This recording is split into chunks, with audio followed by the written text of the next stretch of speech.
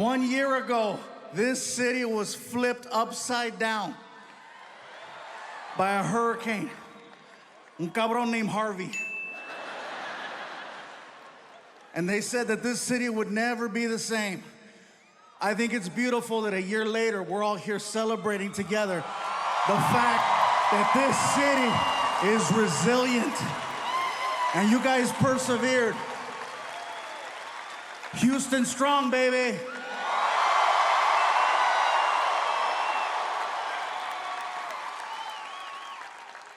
Yeah, that's serious. In all sincerity, guys, I'm not trying to kiss your ass. I already got your money. Friggin' Houston, I love this town. I've been coming here for 20 years. 20 years. Started off performing at a comedy club called The Laugh Stop.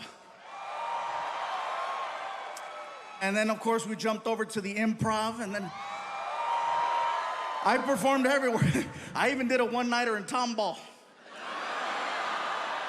That's a long story for the people at home. I won't even get into that. I want to give you guys a heads up and let you know now that tonight I feel extra comfortable. You're gonna notice that you might hear a little bit more Spanish than you normally would.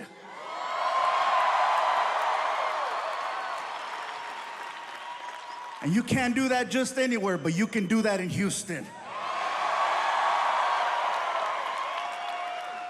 Now, to everyone watching at home who's freaking out like, oh my God, I didn't sign up for this. if I say something in Spanish, my promise is to translate immediately so that everyone enjoys the show, okay?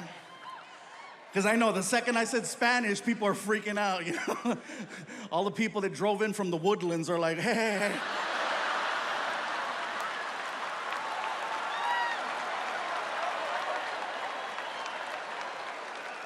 And for everyone at home, what does he mean by that? The people from the Woodlands, you know.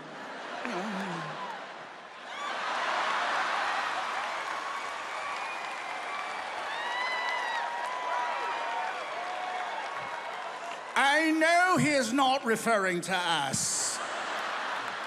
The nerve of him. He needs to go back where he came from, over by the Airline Road.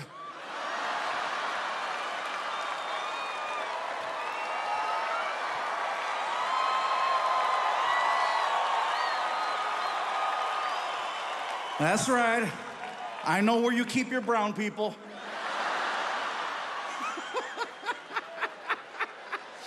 This is awesome. This always pisses off Netflix. They're like, Gabriel, we really wish you would just do a show that's general, that everybody understands. Why do you have to make your show so personal? Only people in that city are gonna get it. Well, when you have an arena full of people, you want them to get it. You want that extra personal, special touch. I don't care what they say, I already got the check. So let me give you a heads up as to what has happened since the last time I did a special. My son Frankie is now 19 years old. 19 years old, high school graduate. He has all his shots, ladies. People tell me all the time, you know, why do you talk about your son so much? Because he won't leave. Does he like it when you talk about him? I said, no, he hates it. Well, why do you do it? Because he won't leave. I'll tell you what he likes to do right now. He likes to sit around the house and watch videos of other kids playing video games. See, some of you are clapping. I didn't know that was an actual thing. I asked him, what are you doing? I'm watching other kids playing video games. I said, that's really? Why? Well, they're professionals. I'm like, why would you watch something that you could be doing? Because they're professionals. That's dumb. Really, Dad? Every Sunday, I see you watching football. How come you don't play? I didn't even argue. I just cut off the internet. My son's problem right now is that he has, according to him, too many options. Okay, that's his problem. I'm like, poor guy. I have so many options, Dad. I don't know what to do. Write them down. Put them on a wheel. Freaking. Today, plumber. Something!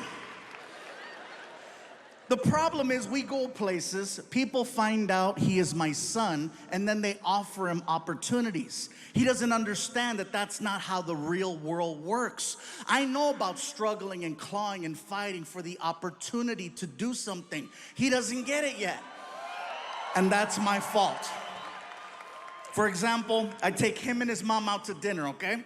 I took them both to Red Lobster. Now, Houston, me personally, I love Red Lobster, okay? And not even for the seafood. I'm talking about the biscuits. Oh, yeah. So we're sitting there and we're having a conversation with our son about life, opportunity, what does he want to do with himself? And as we're talking to him, the manager from Red Lobster walks over to our table.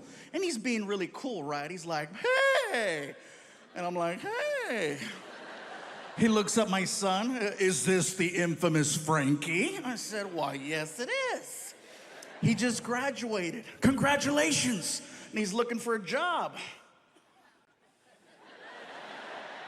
The manager goes, oh, say no more. And he gives my son a business card. And then he starts to say, listen, Frankie, this is all you have to do. Just go online and fill out the application. Once it's registered, call me personally, and I'll see to it that you get an interview. The only position we have available right now is for a host, but there's plenty of room for opportunity here at Red Lobster. Besides, you got one hell of a reference. And then he walked away, and I was like, oh my God. I'm gonna get free biscuits.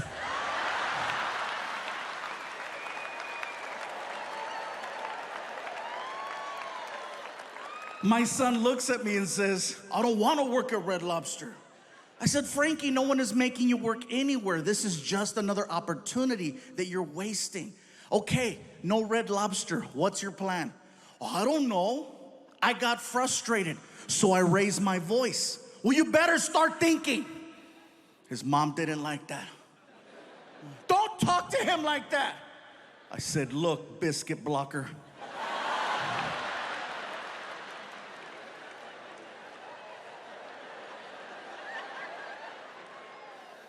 See, up to this point, we have agreed on how we raise our son. But in this situation, she's trying to protect him from the world. I'm trying to prepare him for the world. If he cannot handle me raising my voice to get his attention, to see the bigger picture, he's not ready for a world that doesn't care about his feelings.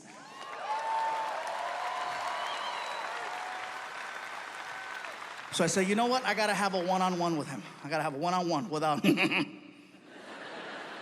So I take him out to the movies. We get in the car, we take off. Little 20-minute drive, okay? As we're driving, I figure I'll have a little one-on-one with him. Maybe this way it doesn't feel like a talk. I thought he understood what I was trying to say. It's late, we're leaving the movies. We're pulling out of the parking structure, and out of the corner of my eye, I see a cop car. And I made a sound. I was like, ugh.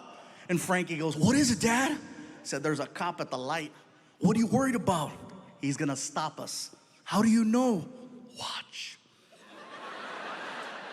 I made that left turn. Frankie's losing it. It's happening! I said, relax. I pull over. Cop pulls up from behind. Immediately, driver, windows down.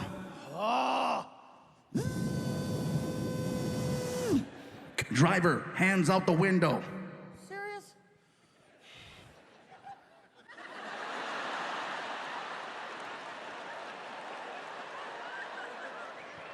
Both of them. I can't, I'm fat! He gets to the window, and he's got the flashlight, and he shines the light right in my face. He's like, license? Yeah. Here. He takes the license, and then, of course, do you know why I stopped you? Officer, no, I don't, but I'm sure you're about to tell me. You don't have a front plate on your car. said, "Officer, you're absolutely right. I do not have a front plate on my car, but my name is actually on the front of the car." Excuse me, my name is on the front of the car. I own a 2012 Ford Flex, and the Ford Flex has the actual word flex written on the hood. I have a friend who does custom automotive work, and he took all the letters off the car except for the letter F, and he made letters so that it spells fluffy on the hood. Okay? Yeah, it sounds impressive. You can do it too for like $23. It's not that bad. They're like refrigerator magnets. You can even move them.